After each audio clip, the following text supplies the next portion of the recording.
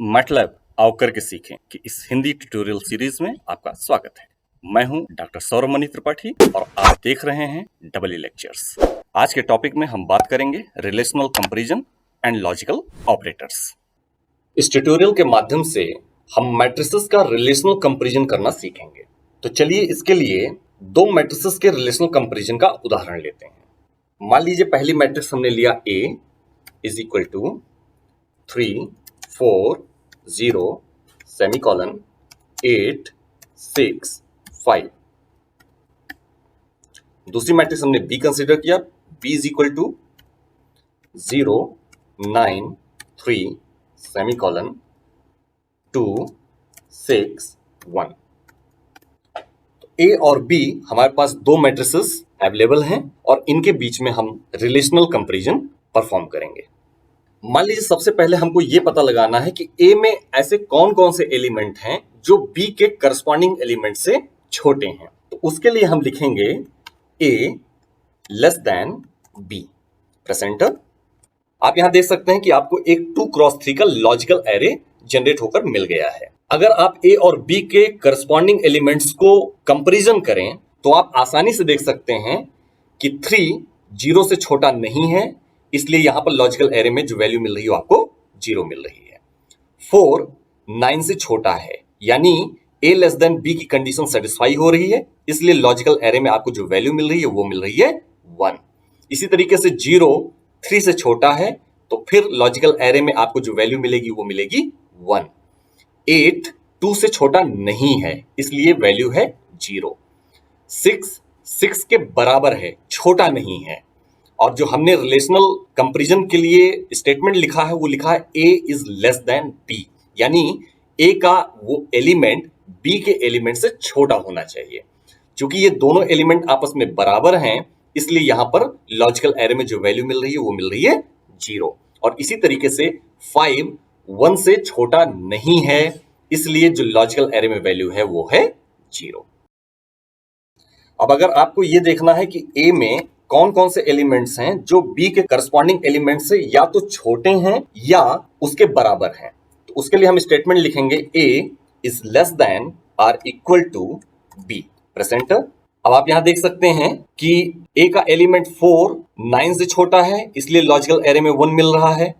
0 3 से छोटा है, इसलिए लॉजिकल एरे में आपको 1 मिल रहा है। और इसके साथ साथ A और B में एक एलिमेंट 6 है जो कि आपस में बराबर हैं, और इसलिए चूंकि हमने कंडीशन दे रखी है A is less than or equal to B, इसलिए यहां पर भी आपको लॉजिकल एरे में जो वैल्यू मिल रही है अब 1 मिल रही है। और बाकी एलिमेंट्स इस कंडीशन को सेटिस्फाई नहीं करते हैं, इसलिए जो वैल्यूज हैं वो लॉजिकल एरे में आपको 0 मिलेंगी। अब अगर आप ये चेक करना चाहते हैं कि A में कौन कौन से ऐसे एलिमेंट हैं जो कि B के करस्पॉन्डिंग एलिमेंट से ग्रेटर हों, तो हम लिखेंगे A is greater then B present. अब आप देख सकते हैं कि A का एलिमेंट 3 0 से बड़ा है, तो लॉजिकली यहां पर 1 आपको दिखाई पड़ रहा है। मैट्रिक्स A का 4 मैट्रिक्स B के करस्पॉन्डिंग एलिमेंट 9 से छोटा है, सो A is greater then B की कंडीशन को सेटिस्फाई नहीं करता है, इसलिए लॉजिकल एरे में आपको जो वैल्यू मिल रही है वो करस्पॉन्डिंगली 0 मिल रही है। इसी तरीके से मैट्रिक्स A का एलिमेंट 0 करस्पॉन्डिंग एलिमेंट 3 से छोटा है, तो यहां पर भी आपको लॉजिकल एरे में 0 देखने को मिलेगा। इसी तरीके से आप 8 को देखें तो वो 2 से बड़ा है, तो लॉजिकल एरे में आपको 1 मिलेगा। 6 6 के बराबर है, बड़ा नहीं है, इसलिए यहाँ पे लॉजिकली 0 आपको देखने को मिल रहा है। और 5 1 से बड़ा है, इसलिए यहाँ पे लॉजिकल एरे में आपको वैल्यू 1 मिल रही है। अगर आपको ये देखना है कि A के कौन कौन से एलिमेंट B के करस्पॉन्डिंग एलिमेंट से या तो बड़े हैं या उसके बराबर हैं, तो उसके लिए हम लिखेंगे A is greater than or equal to B present. यहां आप आसानी से वेरीफाई कर सकते हैं कि A में केवल 2 एलिमेंट ऐसे हैं जो B के करस्पॉन्डिंग एलिमेंट से ना तो बड़े हैं ना ही उसके बराबर हैं, और वो एलिमेंट हैं 4 और 0। इसी तरीके से आपको चेक करना हो कि A और B में कौन कौन से एलिमेंट हैं जो आपस में बराबर हैं, तो उसके लिए हम लिखेंगे A और यहां पर साइन लगाएंगे डबल इक्वल टू का B प्रेजेंट। अब आप यहां देखेंगे केवल A और B में एक एलिमेंट है, वो है 6 जो आपस में बराबर है, बाकी कोई भी एलिमेंट बराबर नहीं है, इसलिए केवल 6 के करस्पॉन्डिंग जो लॉजिकल एरे में वैल्यू है वो 1 है, बाकी सारी वैल्यूज आपको जीरो देखने को मिल रही हैं। इसी तरीके से अगर आप ये चेक करना चाहते हैं कि ए के ऐसे कौन कौन से एलिमेंट हैं जो बी के करस्पॉन्डिंग एलिमेंट के बराबर नहीं हैं, तो हम उसके लिए लिखेंगे A is not equal to B. Press enter. जो हमने रिलेशनल कंपैरिजन यहां पे लिया है वो उन वैल्यूज के करस्पॉन्डिंग 1 देगा जो वैल्यूज आपस में बराबर नहीं होंगी। तो यहां पे आप देख सकते हैं कि ए और बी में केवल 6 को छोड़कर बाकी सारी वैल्यूज आपस में बराबर नहीं है। तो A is not equal to B की कंडीशन सेटिस्फाई हो रही है, इसलिए वहां पर 1 आपको देखने को मिल रहा है। केवल 6 ऐसा एलिमेंट है जो कि आपस में बराबर हैं, इसलिए इसके करस्पॉन्डिंग लॉजिकल एरे में आपको जो वैल्यू मिल रही है वो 0 मिल रही है। अब चलिए बात करते हैं रिलेशनल कंपैरिजन को लॉजिकल ऑपरेटर के साथ में कैसे परफॉर्म करते हैं। आपको समझाने के लिए ए और बी को हम एक बार फिर से स्क्रीन पर ले आ रहे हैं। मान लीजिए हमने एक स्टेटमेंट लिखा ए इज लेस देन 0 और लॉजिकल एंड ऑपरेटर हम यहां पर लगा रहे हैं देन बी लेस देन 0। अब यहां पर मैटलैब सबसे पहले ये देखेगा कि ए के ऐसे कौन कौन से एलिमेंट हैं जो 0 से छोटे हैं, वहीं बी में भी चेक करेगा कि बी के ऐसे कौन कौन से एलिमेंट हैं जो 0 से छोटे हैं, और उसके बाद इन दोनों के बीच में एंड ऑपरेटर लगा हुआ है। तो लॉजिकल एरे में वही एलिमेंट आपको 1 मिलेंगे जहां पर ये दोनों ही कंडीशंस ट्रू होंगी, यानी ए इज लेस देन 0 भी ट्रू हो और बी इज लेस देन 0 भी ट्रू हो। तो वहां पर आपको लॉजिकल एरे में 1 मिलेगा, और अगर इन दोनों में से कोई एक कंडीशन फॉल्स होती है तो आपको लॉजिकल एरे में 0 मिलेगा। प्रेसेंटर। अब आप यहां पे देख सकते हैं कि ए में कोई भी ऐसा एलिमेंट नहीं है जो कि 0 से छोटा हो। इसी तरीके से बी में भी कोई भी ऐसा एलिमेंट नहीं है जो कि 0 से छोटा हो। अब आप यहां पे देख सकते हैं इसमें से कोई भी कंडीशन फुलफिल नहीं हो रही है, इसलिए लॉजिकल एरे में आपको सारे एलिमेंट 0 देखने को मिल रहे हैं। चलिए एक और स्टेटमेंट इवेल्युएट करते हैं। A is greater than 0 and B is greater than 0। अब इस स्टेटमेंट के इवेल्युएशन के बाद लॉजिकल एरे में वो एलिमेंट्स आपको 1 देखने को मिलेंगे जिनके करस्पॉन्डिंग ए का एलिमेंट 0 से बड़ा होगा और बी का भी एलिमेंट 0 से बड़ा होगा। प्रेसेंटर। यहां पर आसानी से देख सकते हैं कि ए में जो एलिमेंट 3 है वो 0 से तो बड़ा है, यानी ये कंडीशन तो सेटिस्फाई हो रही है, लेकिन बी का करस्पॉन्डिंग एलिमेंट 0 से बड़ा नहीं है, यानी सेकंड स्टेटमेंट फॉल्स हो रहा है। तो इस पूरे स्टेटमेंट का जो इवैल्यूएशन चूंकि एंड ऑपरेटर के साथ में है तो लॉजिकली ये पूरा स्टेटमेंट फॉल्स हो जाता है। तो इस तरीके से पहला एलिमेंट लॉजिकल एरे में आपको 0 देखने को मिल रहा है। इसी तरीके से लॉजिकल एरे में दूसरे 0 के करस्पॉन्डिंग ए और बी के एलिमेंट्स को आप अगर ध्यान से देखें तो आप पाएंगे कि A is greater than 0 and B is greater than 0, ये स्टेटमेंट फॉल्स हो रहा है, इसलिए लॉजिकल एरे में वैल्यू 0 है। चलिए एक और स्टेटमेंट इवेल्युएट करके देखते हैं। A is less than or equal to 0 and B is greater than or equal to 0। चलिए इस स्टेटमेंट को इवेल्युएट करते हैं। प्रेसेंटर। यहां पे आप देख सकते हैं कि केवल एक एलिमेंट ऐसा है जो इस रिलेशनल कंपैरिजन में ट्रू है। यहां आप लॉजिकल एरे के इस 1 के करस्पॉन्डिंग ए और बी के एलिमेंट्स को ऑब्जर्व करिए तो आप पाएंगे ए का ये एलिमेंट 0 के बराबर है, बी का करस्पॉन्डिंग एलिमेंट 0 से बड़ा है। तो इस तरीके से पहला स्टेटमेंट और दूसरा स्टेटमेंट दोनों ही ट्रू होते हैं, और लॉजिकल एंड की वजह से दोनों स्टेटमेंट अगर ट्रू हैं तो ओवरऑल स्टेटमेंट ट्रू हो जाता है। तो इस तरीके से लॉजिकल एरे में आपको जो वैल्यू मिल रही है वो मिल रही है 1।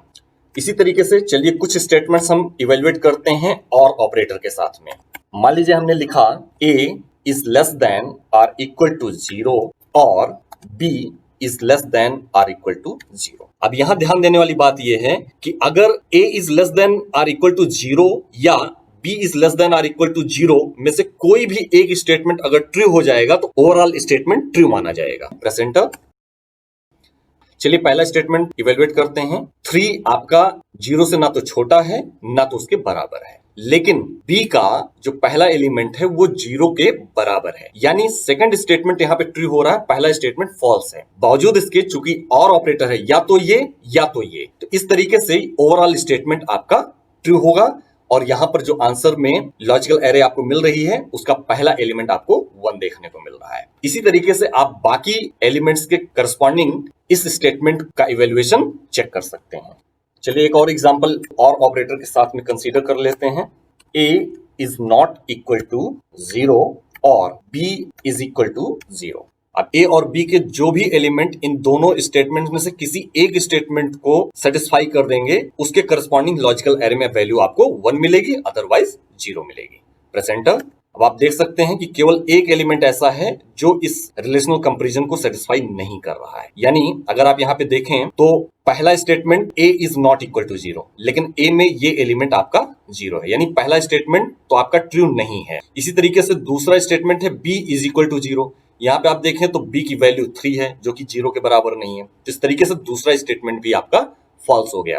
तो इस तरीके से पहला स्टेटमेंट फॉल्स, दूसरा स्टेटमेंट फॉल्स, और चूंकि ये दोनों स्टेटमेंट फॉल्स हैं, इनमें से कोई भी स्टेटमेंट ट्रू नहीं है, इसलिए ओवरऑल स्टेटमेंट फॉल्स होगा। यानी लॉजिकल एरे में आपको जो वैल्यू मिल रही है वो मिल रही है 0। अब आइए कुछ और इंटरेस्टिंग कमांड्स देख लेते हैं।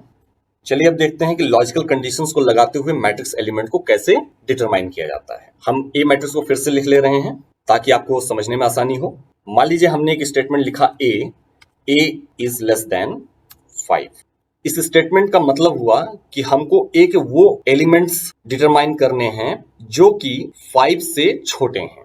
प्रेजेंटर, अब आप देख सकते हैं कि ए में 3, 4 और 0 ये 3 एलिमेंट ऐसे हैं जो 5 से छोटे हैं। बाकी आप 8 देख लीजिए वो 5 से बड़ा है, 6 देख लीजिए वो 5 से बड़ा है, इसलिए वो यहाँ पर आंसर में लिस्ट नहीं हो रहे हैं। इसी तरीके से अगर आप लिखते हैं ए इज ग्रेटर देन 5, तो यहां पर ए के वो एलिमेंट आपको लिस्ट होंगे जो कि 5 से बड़े होंगे। प्रेजेंटर, अब आप देख लीजिए यहां पर 8 और 6 आपको देखने को मिल रहा है जो कि 5 से बड़े हैं। बाकी एलिमेंट्स जो कि 5 से छोटे हैं इसलिए वो लिस्ट नहीं हो रहे हैं।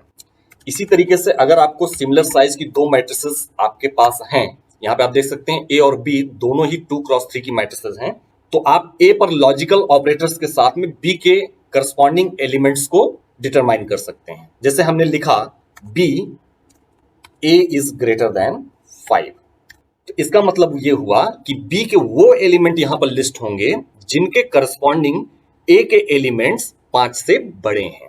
यहां पर आप देख सकते हैं a के दो एलिमेंट ऐसे हैं जो कि 5 से बड़े हैं, वो हैं 8 और 6। तो इसके करस्पॉन्डिंग जो एलिमेंट्स हैं 2 और 6 वही लिस्ट होने चाहिए। चलिए देखते हैं कि ये लिस्ट होते हैं या नहीं होते हैं। प्रेजेंटर, अब आप देख लीजिए यहां पर b के एलिमेंट्स 2 और 6 यहां पर लिस्ट हो गए हैं जो कि a के 8 और 6 के करस्पॉन्डिंग हैं, और 8 और 6 a इज ग्रेटर देन 5 की कंडीशंस को सेटिस्फाई करते हैं। तो इस तरीके से आप लॉजिकल कंडीशंस को लगाते हुए मैट्रिक्स एलिमेंट को डिटरमाइन कर सकते हैं। So this is all about my today's topic. Thanks for watching. Good bye.